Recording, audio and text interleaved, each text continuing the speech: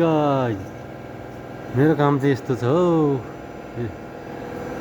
यस्तो दिनभरि लङ्का पाता उचाल्ने पल्टाउने बङ्ग्याउने यस्तै छ यो। यस्तो मेसिन चलाउनु पर्छ के भन्नु।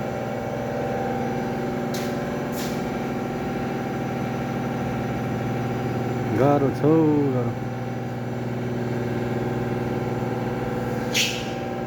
हिटर ताप्यो काम गर्यो